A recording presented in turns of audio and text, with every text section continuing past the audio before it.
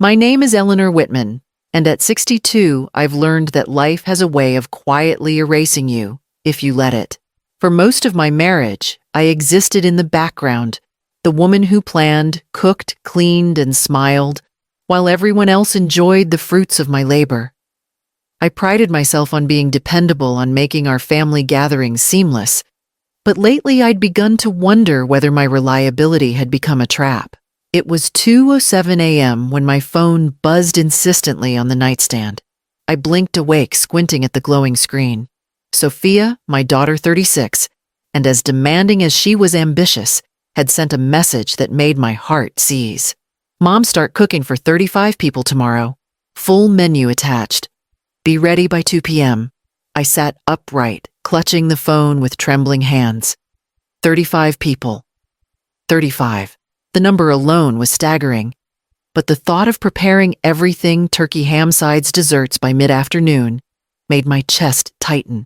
My eyes drifted to the small digital clock blinking back at me, and I felt the first rush of panic pulse through my veins. 2 a.m., the world silent outside, and I was already being asked to perform a miracle. I could almost hear the ghosts of Thanksgivings past the long hours spent chopping vegetables, basting turkeys, washing dishes in a fog of exhaustion. I had always smiled, said yes, and made it happen. But tonight, for the first time in years, the weight of it pressed down on me like a physical force. I felt a sting of anger alongside the panic, the unfairness of it, the assumption that I could do the impossible and still remain cheerful, invisible, perfect. I stared at the message again. Full menu attached. I hadn't even checked the attachment yet. My fingers hovered over the screen, hesitant, already dreading the meticulous planning and shopping that would follow. My mind raced through calculations, ovens, stovetops, prep tables. How could one person possibly coordinate all of this alone? I swallowed hard and felt a familiar tightness settle in my shoulders. That old familiar ache of being stretched too thin for everyone else's comfort. The house was quiet, dark, except for the soft glow of the nightlight in the hallway. I could hear my own breathing, slow and steady, a fragile attempt at calm. Somewhere beyond my bedroom, Portland slumbered under a thin layer of fog and streetlights. It felt unreal that my daughter, hours away in her own world, had chosen this time, this exact moment, to impose a task that seemed designed to erase me entirely. I pressed my forehead against the cool wooden headboard and took a deep breath, the phone still clutched in my hand. 35 people. I counted them again in my mind, visualizing the empty seats, the heavy platters, the exhaustion I would endure. My stomach turned a knot of anxiety and disbelief, but beneath it, a small ember of determination flickered. Tomorrow, I realized, would not be like the other Thanksgivings. I didn't yet know how it would unfold, but one thing was certain. I couldn't face 35 people alone and still be invisible. And so, as the clock ticked past 2:15 a.m., I opened the attachment. The menu sprawled across my screen in meticulous detail. Every dish accounted for every step, assumed I would manage it perfectly. I felt the tension tighten, a silent challenge from Sophia and the family expectations she embodied. I exhaled slowly, allowing my mind to settle just enough to plan my next move. The night was long, the dawn approaching, and somewhere in those hours lay the choice that would define the rest of my holiday. I stared at my phone, the glow illuminating the lines of worry etched into my face. The attachment Sophia had sent wasn't just a list, it was a small novel, a blueprint for a Thanksgiving dinner that could challenge the staff of a restaurant, let alone one person. 35 guests, each name meticulously written, every dietary preference and allergy noted. Eleanor Whitman. She might have said, "You are the miracle worker." Scrolling through the menu, my pulse quickened. Turkey with 3 different stuffings, glazed ham, 7 side dishes, 4 desserts, including a homemade pumpkin pie with a crust that, according to Sophia, had to be perfect. Fresh cranberry sauce bread, rolls, homemade gravy, and a green bean casserole that had to match the memory of last year exactly. My hands shook slightly as I scrolled back up to the guest list, trying to absorb the scale of what I was being asked to accomplish. There was the Sanders family with little Timmy's severe nut allergy, highlighted in bold, a reminder of the stakes involved. Cousin Cynthia and her new boyfriend Uncle Raymond and his extended family friends from the country club, each name felt like another weight pressing down on my chest. The list wasn't just long, it was relentless, a parade of expectations that left no room for error, no room for me. I set the phone down and ran my fingers over the kitchen counter, the memory of last year's Thanksgiving flashing in my mind. I had started cooking 2 days in advance, barely slept, moving back and forth between stove and dining room while everyone else lounged and laughed. Mark had helped, of course, but his contribution had always been minimal. Opening wine bottles, carving the turkey tasks that took mere minutes while I orchestrated the rest. Sophia had always believed I was capable, and in truth, I had proven her right year after year.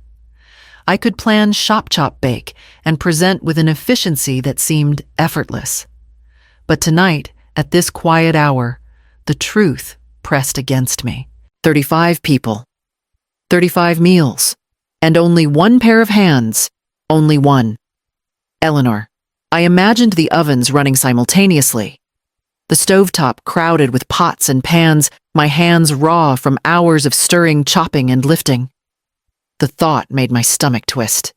I thought of the pies, the bread rolls, the glazes and sauces, each demanding perfect timing.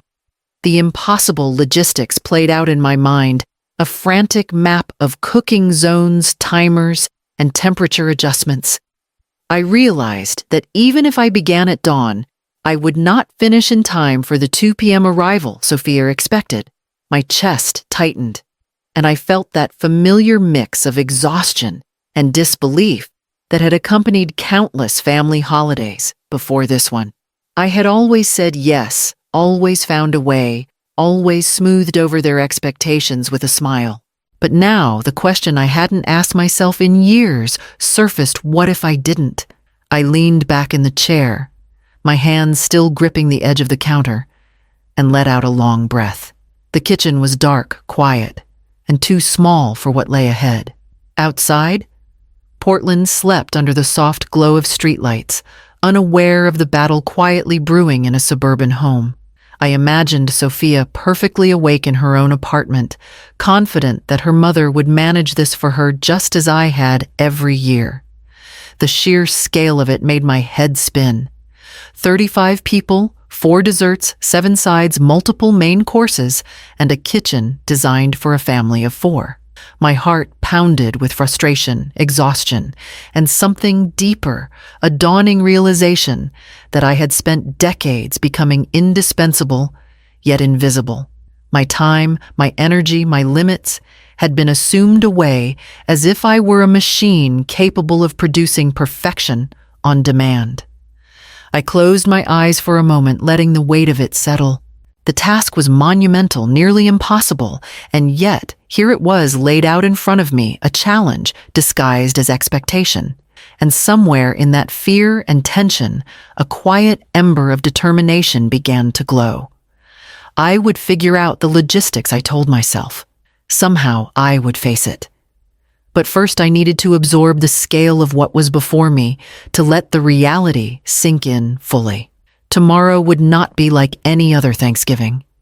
I could feel it in the tightness of my chest and the racing of my mind. The list was long, the menu elaborate, and the expectations impossible. And yet, as I set my phone down and rubbed my eyes, I knew that the hours ahead would test more than just my culinary skills. They would test my endurance, my patience, and perhaps the limits of what I was willing to give. I sank into the kitchen chair, letting the weight of the phone and the menu settle beside me. The glow from the screen felt harsh in the dim light, but I didn't move to turn it off. Instead, I allowed my mind to drift back, revisiting Thanksgivings past the ones that had layered into a long history of exhaustion, obligation, and invisibility. There was the year I had spent 3 days preparing a turkey with herbed stuffing, only to have Mark, my husband, take a 30-minute nap while I basted stirred and kneaded dough. Sophia had been 12 then, chirping around me in a haze of excitement, oblivious to the hours I poured into each dish. My mother-in-law, Vivian, had hovered nearby, offering helpful suggestions in a tone that made it clear I wasn't doing it right, that the perfection she envisioned could only be achieved through my labor. I remembered the long nights after the house had emptied, the leftover dishes stacked in the sink, the counters sticky with cranberry sauce, and the silent recognition that my work had gone unnoticed. Compliments had been directed elsewhere. "Oh, isn't this all lovely?" people would say, nodding toward the table, or Mark ignoring the hours I had invested. I had smiled politely, worn the invisible crown of competence, and carried on. Each holiday had added a layer to this invisible identity. I had become the orchestrator, the tireless engine, the woman who could be counted on to perform miracles, quietly never acknowledging the cost to herself. I recalled the pangs of fatigue, the soreness in my back, the rawness in my hands, the meals I had eaten cold because I had prioritized everyone else. The exhaustion had become a ritual, a sacrifice I had accepted without question, and over time, it had cemented my invisibility within the family. Even now, reflecting on these memories, I could feel the familiar tightening in my chest, a mixture of anger, sadness, and weary resignation. I realized how many times I had erased myself to maintain harmony, how often my desires and limits had been dismissed as trivial. Each holiday had reinforced the expectation that I would absorb every burden silently, that my presence mattered only in service to others. And yet, beneath the fatigue and the hurt, there had always been a flicker of pride. I had managed to pull off the impossible to keep the family traditions intact, to create moments of warmth and joy for others. That pride had been my reward, subtle and quiet. But it had not been enough to shield me from the growing awareness that my own needs had been neglected. I closed my eyes and took a deep breath, letting the years of repetition settle around me like a heavy cloak. This Thanksgiving, the stakes felt different. 35 guests, a menu that rivaled a professional kitchen, and a household expecting me to deliver it all alone. The ghosts of past Thanksgivings whispered in my mind, reminding me of every sacrifice, every moment of invisibility, every suppressed frustration. For the first time, I allowed myself to acknowledge the weight of it, fully, not just the physical labor, but the emotional toll of decades spent giving and rarely being seen. Somewhere in that recognition, a quiet determination began to stir, small but undeniable, threading its way through the exhaustion and dread. This year, I thought something would have to change. The morning light filtered weakly through the kitchen blinds, casting long, pale stripes across the counters. I stood there, with a grocery list spread before me, checking off ingredients one by one, trying to organize the chaos that had filled my mind overnight. 35 people, 35 meals, and only my own 2 hands to make it happen. The weight of it pressed down on me like a physical force, heavier than any Thanksgiving I had faced before. I began with the turkeys, the centerpiece of the feast. Their pale, cold flesh sat in the sink, demanding attention. I scrubbed and rinsed, preparing them for seasoning, while simultaneously chopping onions, carrots, and celery for the stuffing. Every surface of the kitchen was crowded with bowls, measuring cups, and utensils, a sprawling testament to the scale of what I had been asked to do. My arms ached almost immediately.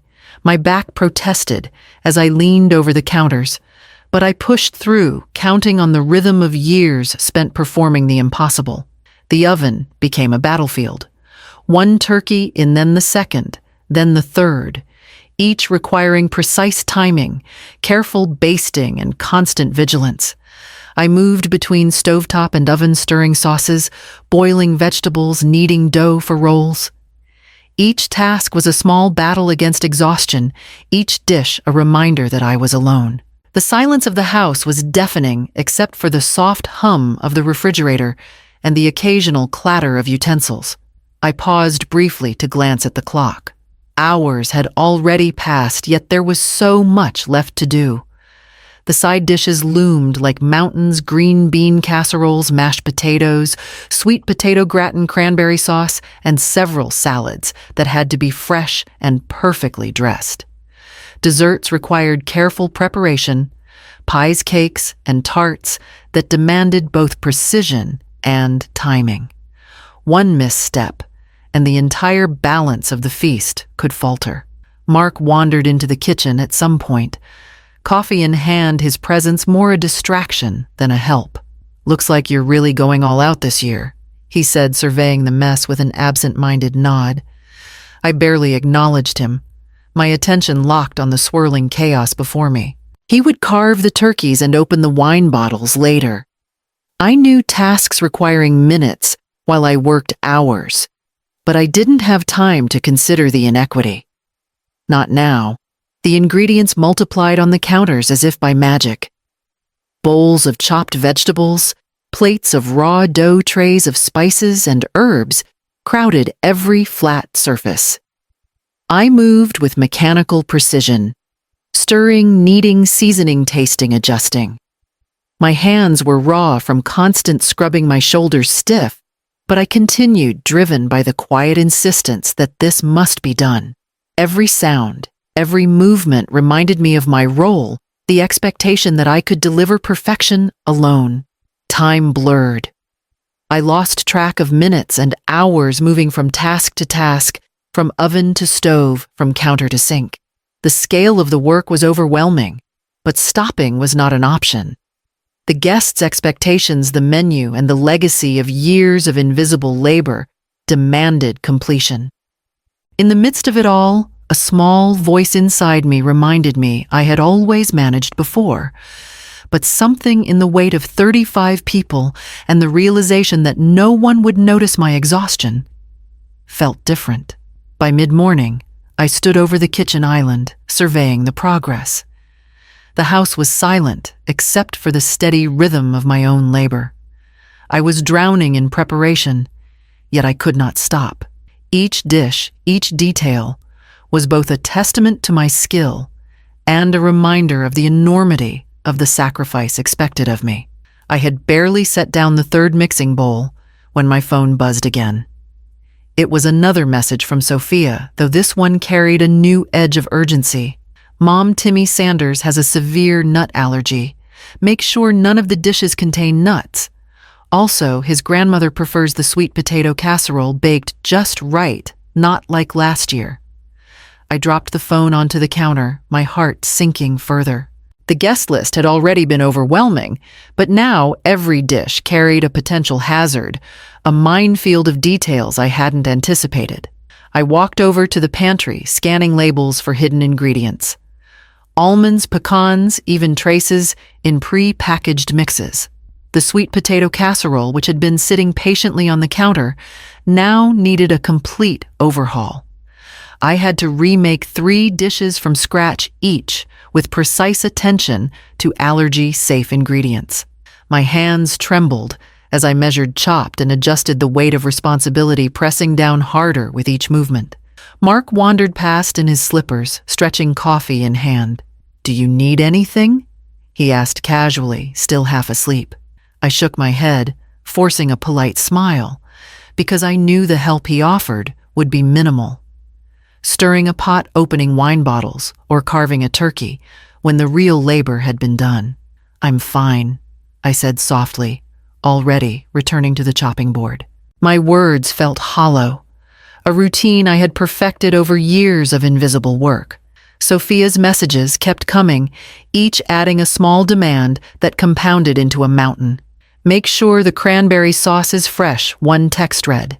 "Cousin Cynthia prefers her stuffing extra moist." I realized with a sinking sense of clarity that no one was checking if I could manage all of this alone.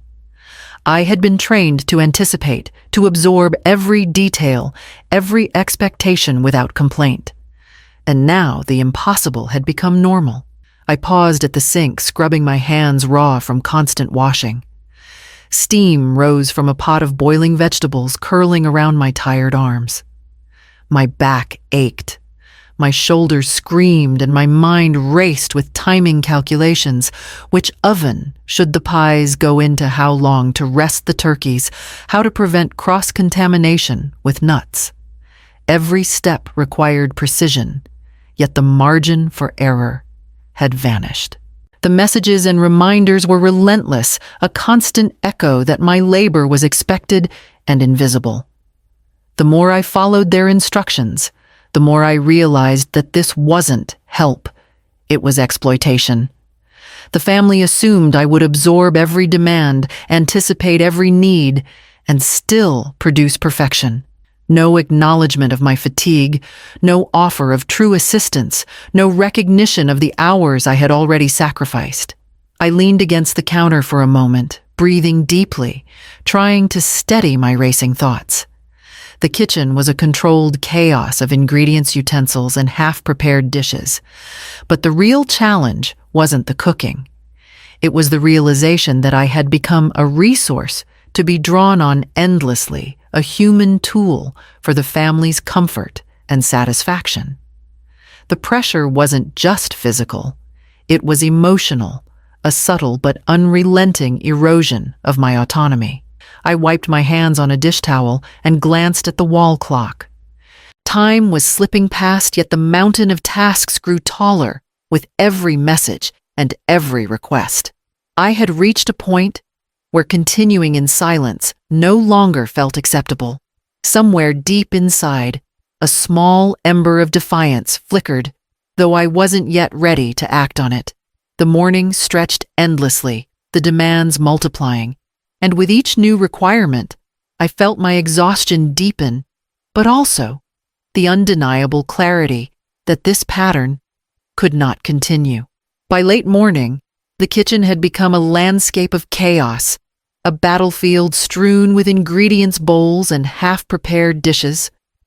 I perched on a stool, my hands resting heavily on the counter, and pulled out a notepad to try to bring some sense to the madness. I began jotting down times, quantities, and sequences, attempting to calculate the impossible. The turkeys alone required hours of attention. Each needed precise seasoning, careful roasting, and periodic basting. If I staggered the cooking times, the first bird would go cold before the last one finished. I scribbled notes furiously, oven temperatures, estimated cooking times, resting periods. The stovetop was already full of side dishes: green bean casserole, mashed potatoes, sweet potato gratin, and the moment I removed one pot, I'd need it back for another. Next, the desserts. 4 pies, 2 cakes, a tart, each requiring oven space I didn't have simultaneously. I calculated and recalculated, juggling temperature settings, rack positions, and prep times. The math didn't work. I could barely fit the 3 large turkeys into a single oven, much less bake the desserts while the sides simmered. My hands shook as I wrote down the staggered timeline, realizing I'd need to begin before dawn, just to have anything ready by 2 p.m. I counted ingredients, double-checked measurements, and tried to anticipate bottlenecks. 3 pounds of butter for the pastries, 5 pounds of vegetables for roasting, 2 dozen eggs for custards and stuffing. Each number felt like a physical weight pressing down on my shoulders. Every calculation brought me closer to the undeniable truth: I could not complete this alone.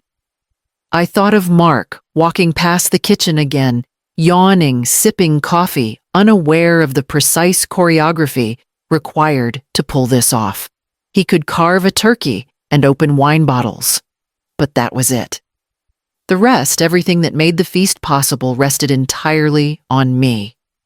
35 people and not one other adult in the house could shoulder more than a fraction of the work.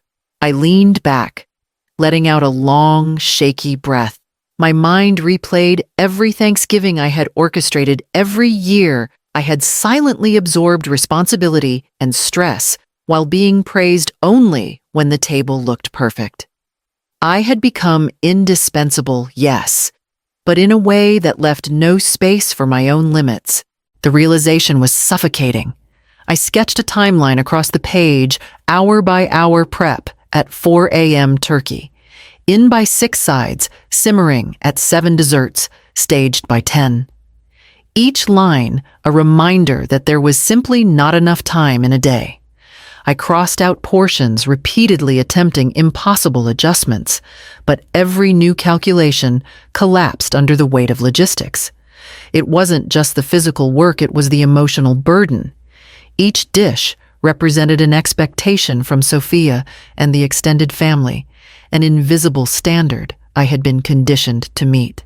The more I tried to adjust, the more glaring the impossibility became. I could see it with brutal clarity. Now perfection was assumed, my limits ignored, and the entire event depended on me alone.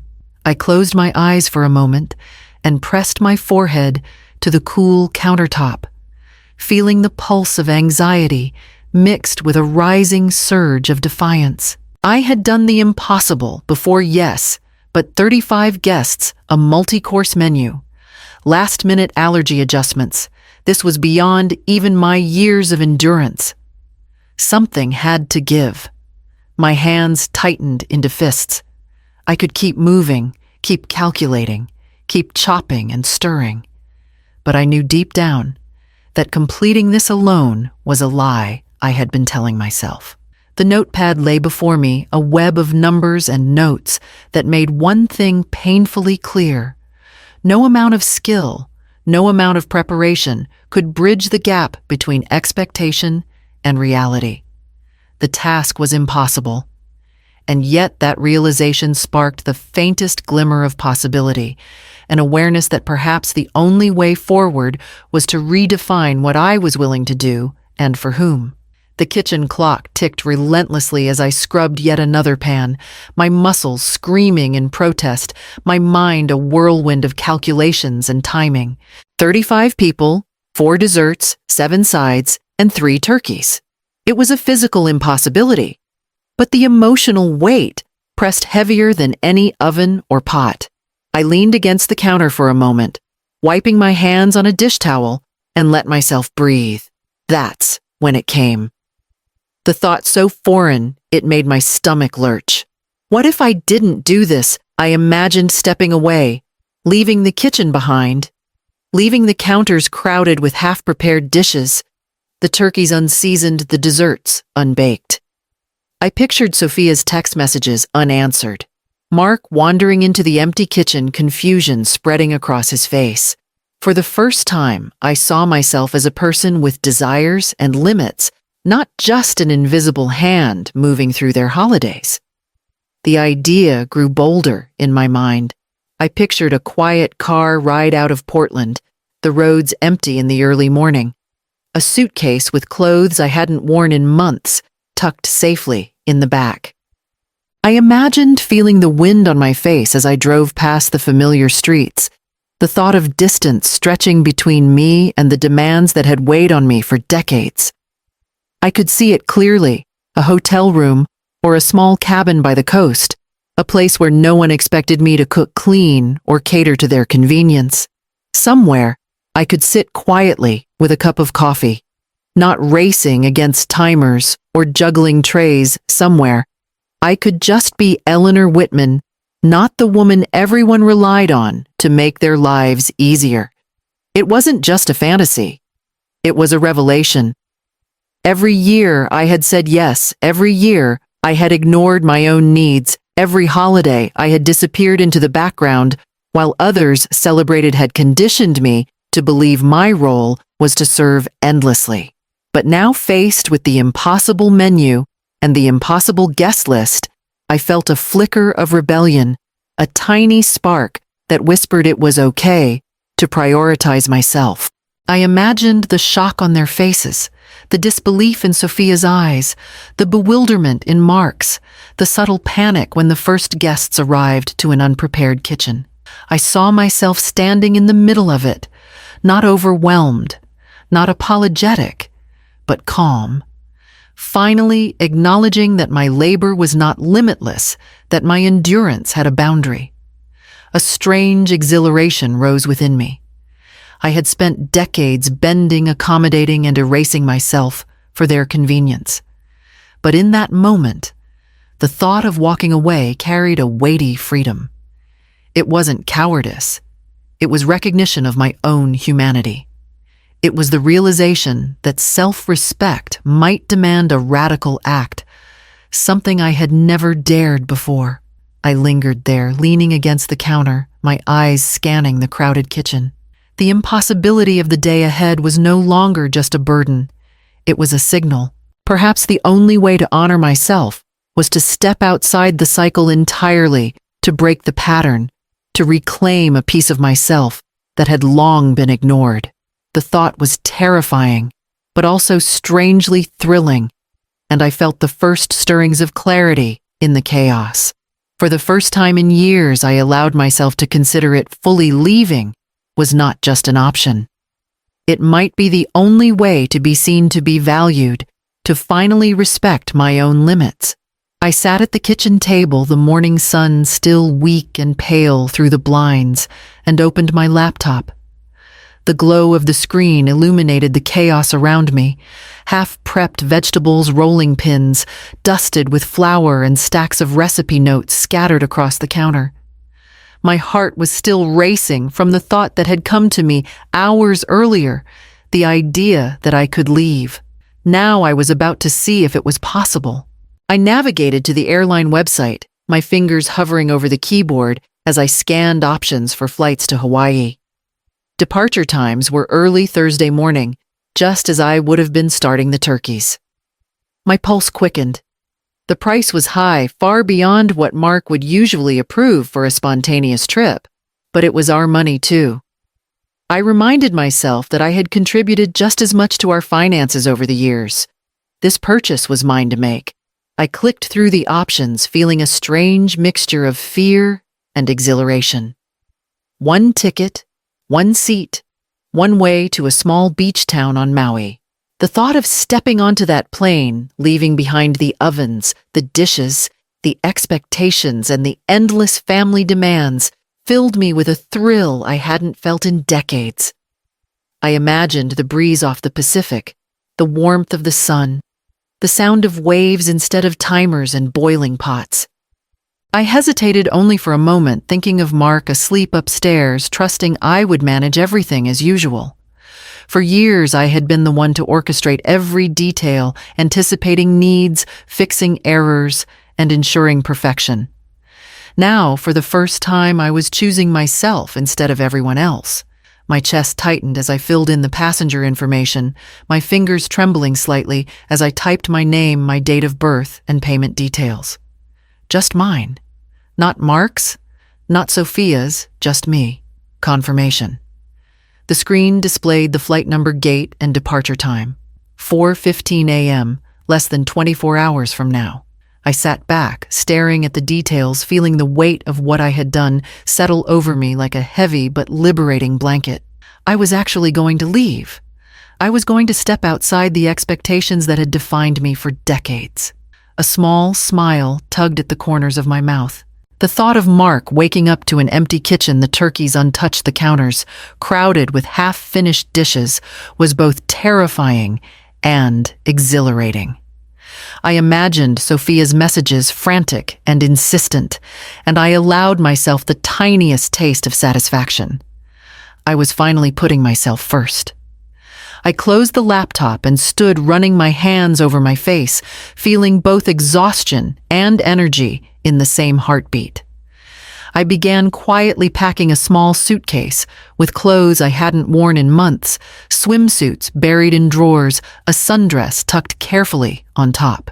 Each item packed was a statement, a declaration of autonomy, a step toward the freedom I had longed for but never dared to take. The house was still silent, except for the hum of the refrigerator and the faint morning birds outside.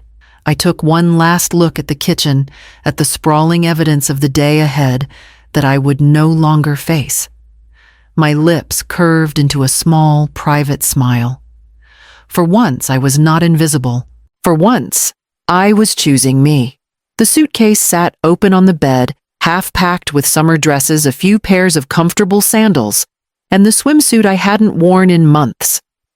I ran a hand over the fabric, feeling the smoothness beneath my fingers, and allowed myself a quiet, almost imperceptible smile. Everything was ready. My escape planned, my departure imminent. The kitchen downstairs still held the evidence of the morning's chaos. 3 turkeys waiting to be seasoned side dishes, half-prepped counters crowded with bowls and utensils. It was a landscape I had navigated countless times, yet today it would be left behind. I wrote the note on a simple notepad, my handwriting neat, controlled, calm. Mark, something came up and I had to leave town. You'll need to handle Thanksgiving dinner. The groceries are in the fridge. Love, Eleanor. Short, factual, without explanation, without apology. I folded it carefully and placed it on the counter next to the printed menu and the guest list Sophia had sent. I didn't want to justify myself.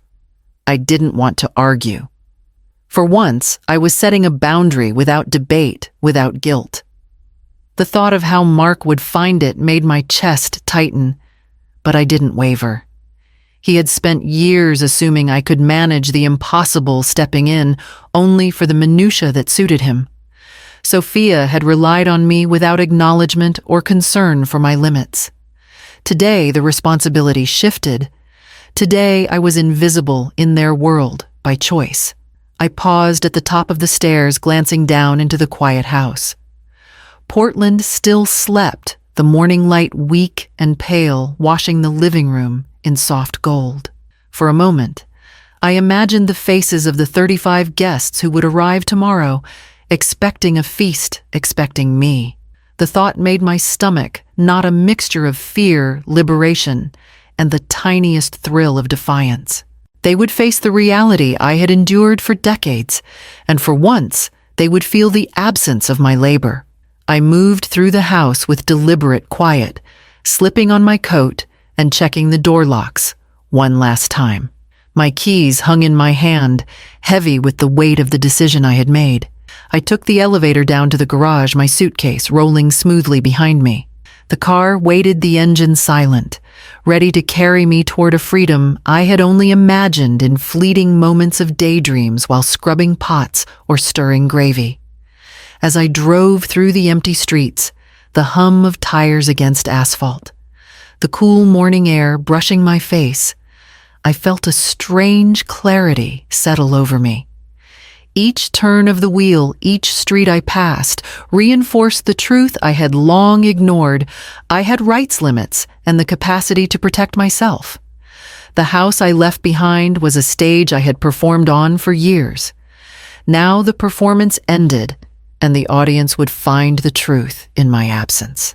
The airport loomed ahead, gates and terminals buzzing softly with early travelers. I parked, rolled the suitcase alongside me, and breathed in the sterile air mingled with the faint aroma of coffee and baked goods from nearby shops. Each step toward the check-in counter felt deliberate, a reclaiming of agency I had long forfeited. I kept the note in my mind, the words precise, unembellished, and final. I glanced back once at the car at the neighborhood I had known for decades and felt no regret. Fear, yes. Anxiety, yes, but regret none. The note, small and unobtrusive, would carry my presence in its absence. The truth of my decision, the message of boundaries and self-respect, would speak louder than any words I could have written. I stepped into the terminal, the suitcase clicking behind me, and allowed myself the first breath of freedom in years. I was not fleeing. I was arriving at the beginning of a new understanding of my own worth. Mark awoke to the faint hum of early morning Portland, stretching and yawning without noticing the unusual silence in the house. The comforting chaos of Eleanor moving between kitchen and dining room, always present before Thanksgiving, was absent. Groggy, he swung his legs off the bed and expected to see her bustling about, a cup of coffee in one hand, a spoon in the other, orchestrating the countless details that made the holiday seamless. But when he descended the stairs, the kitchen was empty. The counters were cluttered with unwashed bowls, stacks of ingredients, and the 3 raw turkeys waiting to be seasoned. The note on the counter caught his eye immediately. Eleanor's neat handwriting, clear and precise. "Mark, something came up and I had to leave town. You'll need to handle Thanksgiving dinner. The groceries are in the fridge. Love, Eleanor." Mark's first reaction was disbelief. He picked up the note, scanning it repeatedly, as if reading it 3 times might make it disappear or soften its impact. His mind raced. Eleanor had never left without notice, never abandoned a holiday or the family responsibilities she had so meticulously managed. Panic bubbled in his chest. 35 people were arriving in hours expecting a feast, and the woman who had always ensured perfection was gone. Sophia appeared in the doorway, still half asleep, her robe loosely tied, phone in hand. Her eyes widened as she took in the scene counters covered in ingredients, no progress on the turkeys, no pies, no side dishes. "Mom," she called, voice cracking. "Mom!" "Where is she?" Mark pointed at the note, voice tight. "She's gone. She left. She's not coming back this morning." Sophia's phone slipped from her hand as comprehension dawned. Gone. But the Thanksgiving dinner. "She's supposed to." Her words faltered, the weight of the impossible task landing on her shoulders for the first time. She ran to the fridge, opening doors and peering inside. The groceries were untouched, unorganized, a silent testament to Eleanor's absence. Mark sank into a chair, rubbing his face. He felt a cold wave of guilt mixed with fear. All the years he had assumed Eleanor could manage anything alone, all the times he had left her to orchestrate the holidays while he attended to minor tasks or relaxed, now pressed down on him in full force. He had never considered what the preparation entailed, never asked, never offered more than token help. And now the consequences were immediate and impossible to ignore. Sophia paced, muttering under her breath. Scanning the menu, Eleanor had been sent the printed guest list, the dietary notes. Each line, each instruction, became a source of mounting anxiety. She realized that every expectation Eleanor had met flawlessly in the past was now on their shoulders, and they had no guidance beyond a terse note. Mark opened his phone and began calling relatives, asking if anyone could bring a dish or offer help. Each call ended with the same response: the guests had relied entirely on Eleanor, had assumed she would handle it all, and no one had prepared for an independent effort. The panic grew with each passing minute, and Mark felt the full weight of the invisible labor that had been taken for granted for decades. As he looked around the empty kitchen, the reality crystallized. Eleanor's presence had been invisible, yes, but her absence was deafening. Every pot, every unmeasured ingredient, every half-prepped dish screamed the truth. The person who had held the holidays together alone had chosen to vanish, and the family was forced to confront just how much they had relied on her. Mark sank into a chair, staring at the note once more, the sense of helplessness washing over him. For the first time, he understood that absence could be louder than any words, and that the invisible person, when removed, had left a vacuum that no one could immediately fill. By mid-morning, the first cars began pulling into the driveway. Mark and Sophia scrambled to organize the chaos Eleanor had left behind. The counters were cluttered with ingredients, the sinks overflowing with unwashed dishes, and the ovens cold and empty. 35 guests would arrive soon, expecting the seamless feast Eleanor always delivered, and the reality of the empty kitchen hit them like a tidal wave. The doorbell rang, and the first guests the Sanders family stepped inside with smiles and polite greetings. The aroma of roasting turkey and baked pies, usually a comforting signal of Eleanor's presence, was absent. Mark led them into the kitchen, forcing a cheerfulness he didn't feel. "She had something come up?" he said vaguely, avoiding eye contact with Sophia, who hovered nervously behind him. The guests glanced at each other, sensing the unusual tension, their smiles faltering as they looked around at the unprepared counters. Uncle Raymond and his extended family arrived next, carrying a bottle of wine and a casserole dish that could only partially compensate for Eleanor's absence. They exchanged confused glances, trying to decipher the disarray before them. Cousin Cynthia followed, holding a pie, her face betraying her concern. Each arrival magnified the pressure on Mark and Sophia, their own panic growing with each step through the door. Mark attempted to organize the preparation, calling out tasks, but his lack of experience quickly became apparent. He fumbled with the turkeys, unsure how to season or place them in the oven, while Sophia tried to manage the side dishes. Every pot, every tray seemed to resist their hurried efforts, boiling over or slipping from the crowded counters. The chaos escalated as more relatives arrived, each carrying expectations, not ingredients, and each silently judging the lack of progress. The timer went off for one of the side dishes, and Mark yelped as he tried to lift the pan from the stovetop. He dropped a portion onto the floor, the aroma of burnt onions and scorched vegetables filling the air. Guests cringed, offering awkward sympathy, while Sophia muttered apologies under her breath, scanning the menu Eleanor had left for instructions she barely understood. Aunt Margaret peered over Mark's shoulder, questioning the timing and methods.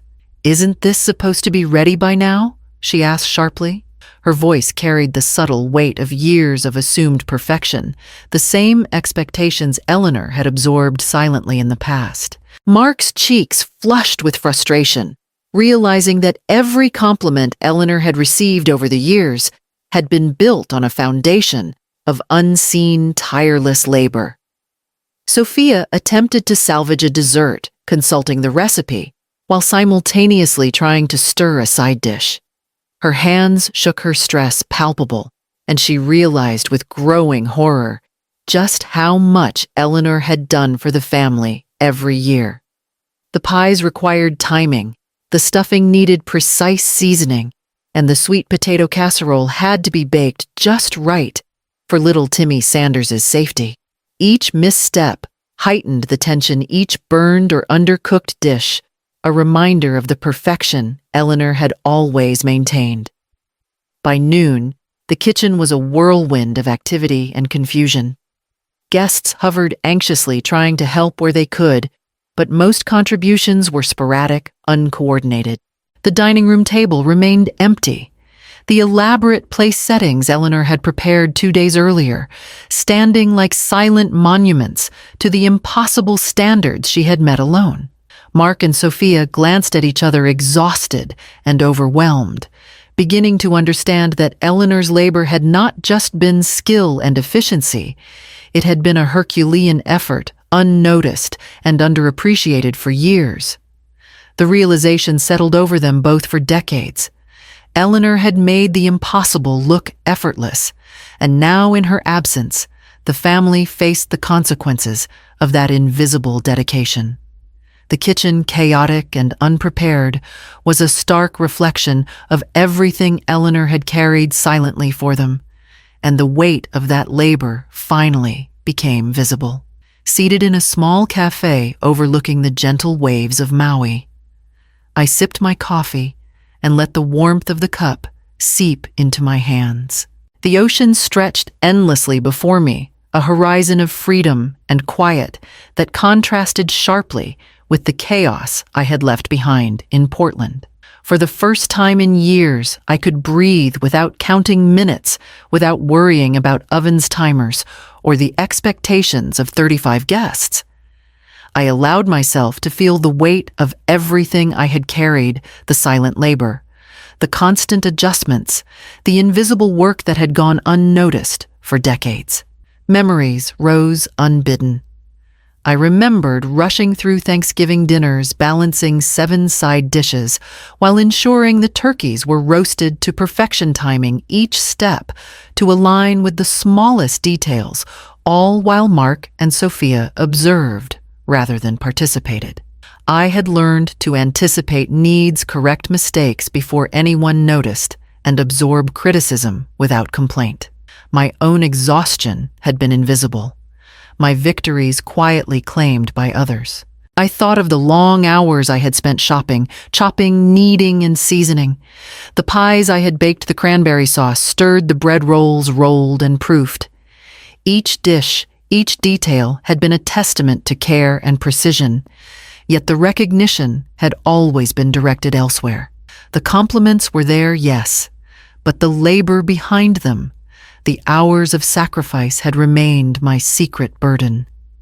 Here, with the sun warming my face and the sound of the waves breaking rhythmically against the shore, I realized how invisible I had been, not just in their eyes, but in my own mind.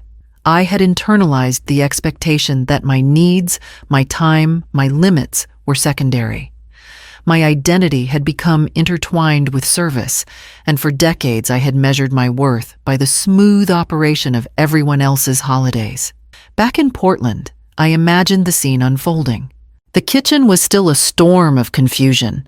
Pots and pans crowded on the counters, ingredients, half-prepped ovens empty or mismanaged. Mark's anxious calls. Sophia's frantic pacing, guests attempting to improvise. They were confronting the reality of what I had maintained effortlessly for years. For the first time, they were seeing not just the results, but the absence of the effort that had gone into producing them. I pictured Mark pausing as he held a pan he didn't know how to handle, glancing at the clocks and timers and finally comprehending the scale of the work. Sophia's hands shaking as she consulted recipes. Her realization dawning with horror. This wasn't just a few dishes. This was 35 people, complex menus, dietary restrictions, and every detail managed by a single woman. Their panic, their scrambling, was the echo of the labor they had taken for granted, and I felt a quiet satisfaction. Sitting there, watching a boat glide past the horizon, I acknowledged something I had neglected to see in myself for years. My work had always mattered. My skill, my care, my endurance. They were not invisible because they lacked value. They had been invisible because no one had paused to notice. And now, in my absence, the recognition began to surface, awkward and unpolished, but undeniable. I took a deep breath, feeling both relief and affirmation. I had allowed myself to step away, to create a space where my limits mattered, where my presence could be optional. And in doing so, I had taught the family a lesson that words alone could never convey. The quiet of Maui wrapped around me like a protective blanket, and for the first time, I felt fully visible, not as a servant to expectations, but as a person with worth and boundaries of her own. The hotel balcony overlooked a stretch of white sand, kissed by turquoise waves. I rested my elbows on the railing, letting the warmth of the morning sun seep into my skin and the gentle trade winds play with my hair. For the first time in decades, I had nothing to do except exist in my own rhythm. The chaos of the Portland kitchen, the 35 guests, the endless expectations, they were miles and hours behind me. And yet, the thought of Mark, Sophia, and the rest of the family still battling the impossible filled me with a quiet sense of empowerment. I picked up my phone, scrolling past notifications that had begun to accumulate during the flight. There were a few worried texts from friends who knew I had left town, curious about my sudden disappearance, but none of the urgency or panic from Portland had reached me yet. I composed a message with care, concise, but unmistakably assertive, accompanied by a photo I had taken from the balcony, my yellow sundress catching the sunlight, a tropical cocktail in hand, the vast Pacific sparkling beyond. Thanksgiving dinner in paradise. Tell Sophia the turkeys are her problem now. I sent it with a small, private smile. Within moments, my phone vibrated with immediate responses. Mark's name at the top, followed by a string of texts from my daughter and a few relatives. I resisted the urge to check them, immediately savoring the sensation of control of choice. For once, I was dictating the narrative. My presence or absence was mine to manage, and the repercussions were theirs to face. Eventually, curiosity overtook me. I opened Mark's message. First, Eleanor, where are you? Are you okay? This isn't funny. People are waiting for you. I let out a soft laugh. His panic was familiar, echoing the countless times he had taken my labor for granted, now reflected back at him in a moment of vulnerability. I tapped out a brief reply. I'm safe. I'm happy. And I am reclaiming my morning. Dinner is yours. Sophia's texts came next. Rapid fire and frantic. Mom, seriously? 35 people? The kitchen. You can't just... I ignored the agitation in her tone, letting the message sit unanswered as I soaked in the view. Each text was a testament to the power I had regained simply by stepping away. For years, I had anticipated every need, corrected every small mistake, and absorbed criticism without complaint. Today, I had shifted the balance, demonstrating that my labor was not infinite, my energy not to be assumed. Even the relatives began to reach out their messages laced with confusion and concern. A text from my cousin Ruby stood out. Mom, I saw your photo. It looks amazing. I wish I could be there. But more than that, I wish everyone else could finally understand how much work you do. I smiled, the words resonating deeper than any accolades I had received during a busy holiday. Recognition without coercion, appreciation without guilt, it felt revolutionary. As I set the phone down and sipped my drink, I reflected on the lesson this distance had brought. Power, I realized, was not in control over others, but in control over oneself. By stepping away from expectation, by reclaiming space and asserting boundaries, I had demonstrated not only my limits, but my right to exist beyond service.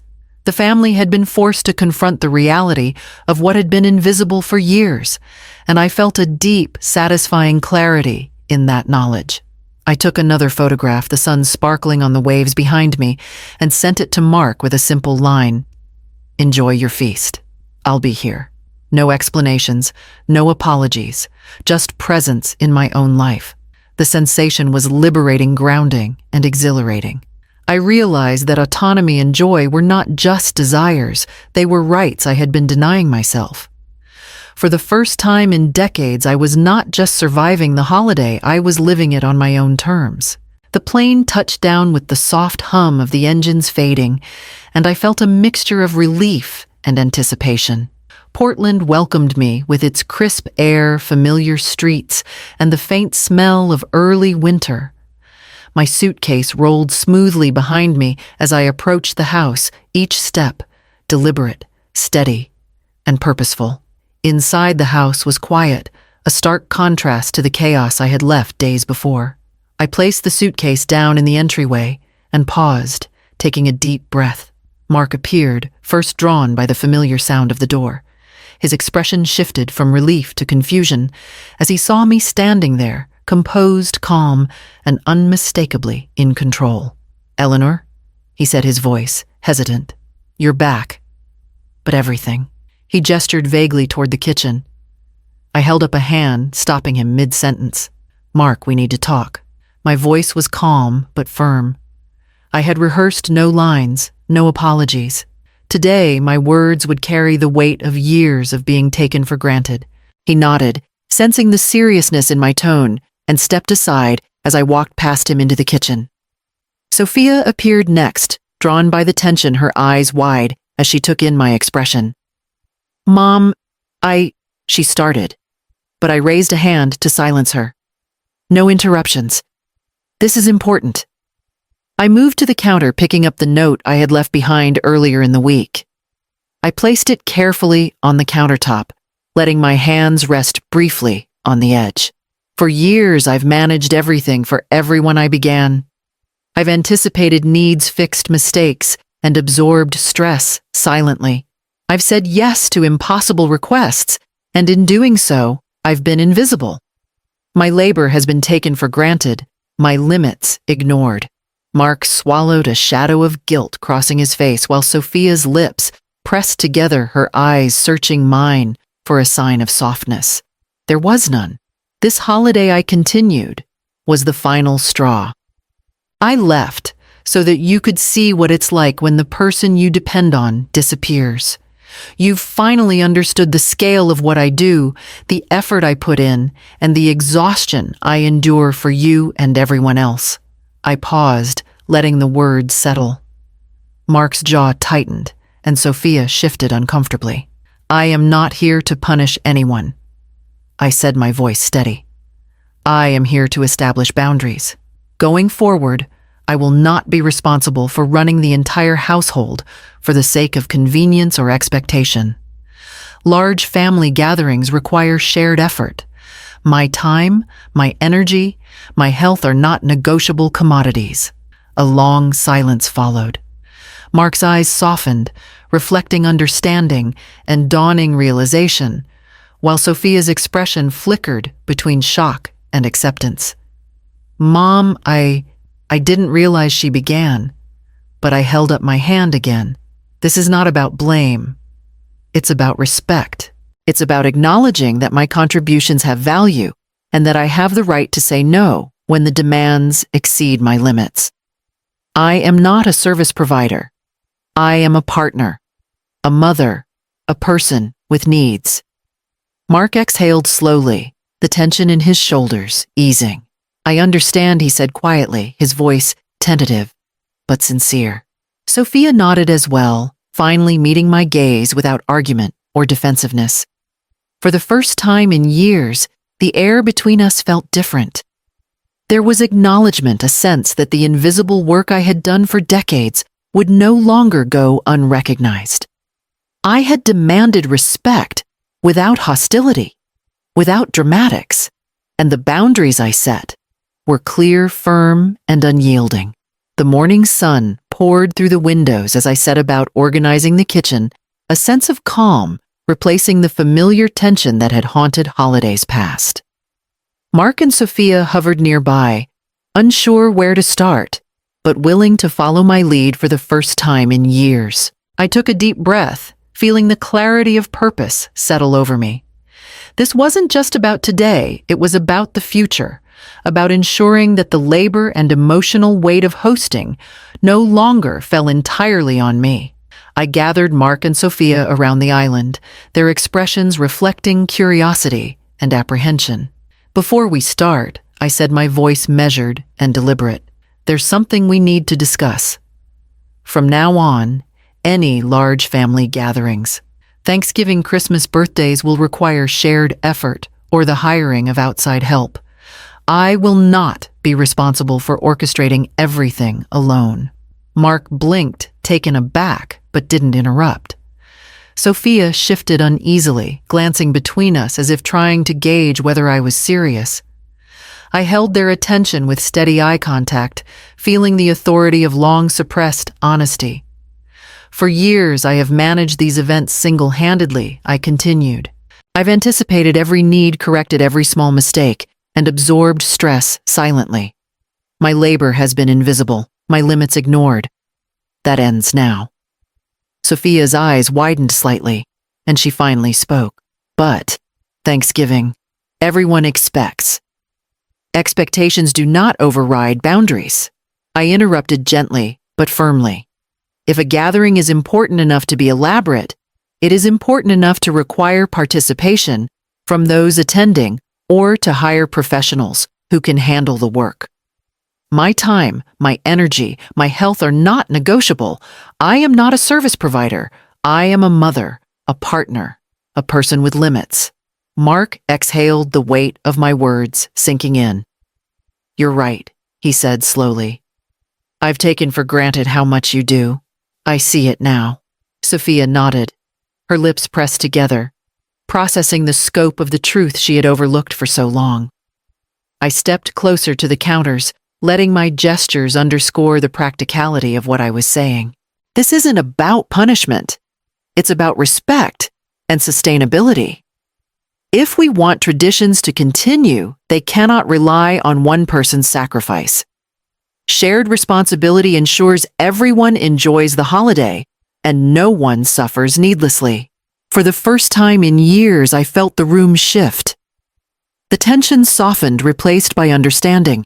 Mark and Sophia were beginning to grasp the balance I had fought so long to establish, acknowledging the work I had done and the importance of honoring my limits. I glanced at the counters, at the partially prepared dishes that would now be completed with everyone's help. Let's start with today, I said, a faint smile tugging at my lips. We have work to do, but this time, we do it together. We can maintain traditions without sacrificing our well-being. Mark nodded, rolling up his sleeves, and Sophia followed suit. I felt a sense of satisfaction, not from the control, but from the clarity of boundaries finally recognized. Traditions and personal limits were no longer in conflict. They could coexist, built on respect, shared effort, and honest acknowledgement of what had been invisible for too long. The scent of roasting turkey and fresh bread filled the air. Familiar, yet different. Lighter. Calmer. A reflection of the changes over the past year. I moved through the kitchen with ease, greeting Mark as he stirred the gravy, and Sophia as she arranged the table. This Thanksgiving was intimate, 8 people instead of 35, and each person had a role.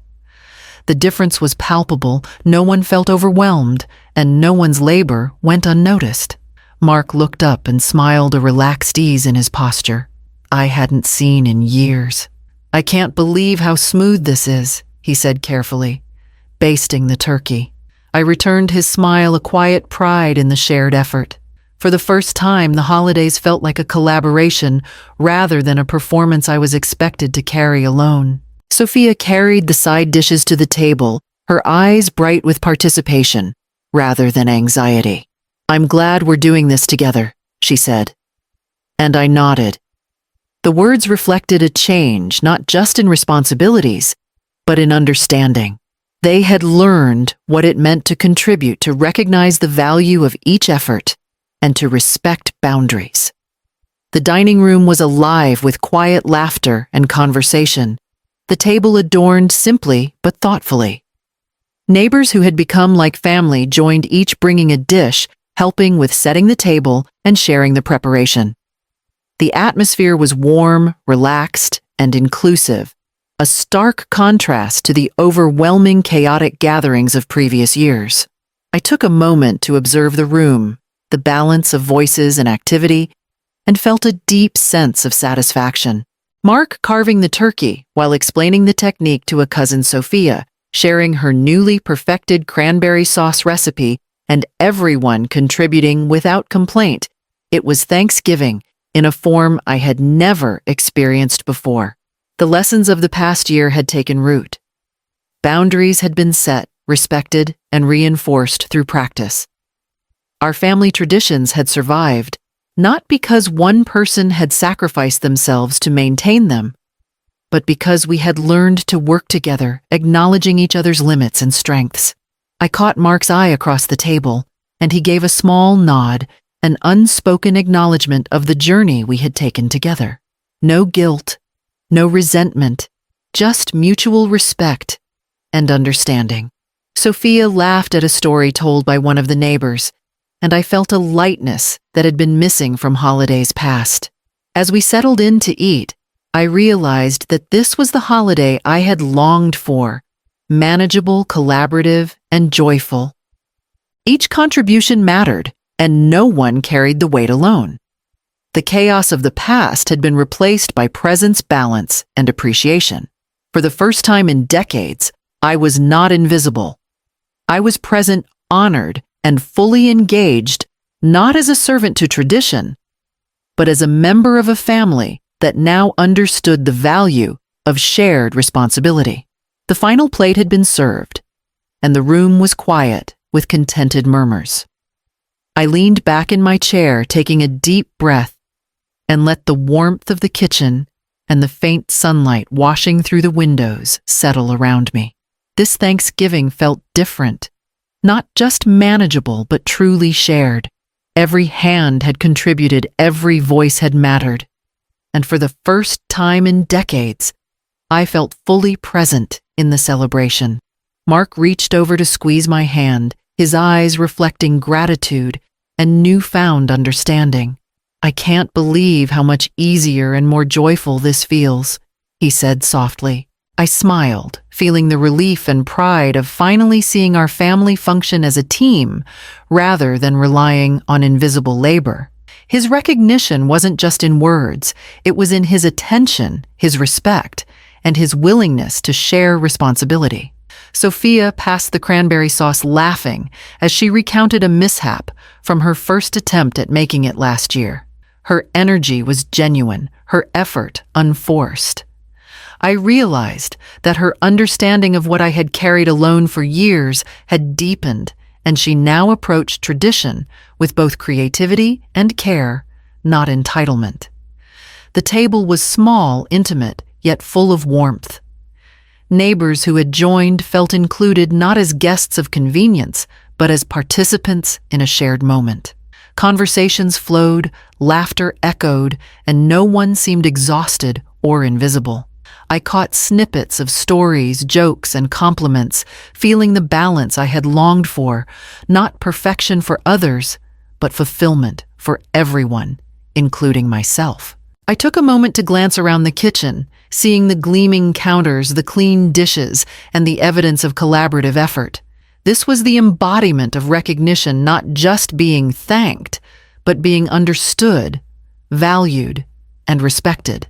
The invisible labor of years had finally been made visible, not through drama or confrontation alone, but through shared responsibility and acknowledgement of boundaries. Later, as dishes were cleared and the last crumbs swept away, I sat quietly with a cup of tea, savoring the simplicity of being seen. The freedom was subtle but profound, the knowledge that my limits mattered, that my presence could be optional, and that my contributions were no longer assumed or exploited. Outside, the sun dipped toward the horizon, casting golden light across the room. I allowed myself a small smile, a sense of contentment that came from balance, recognition, and self-respect. For the first time in years, I celebrated not just the holiday, but the life I had reclaimed, the boundaries I had established, and the joy of being fully acknowledged for who I truly was.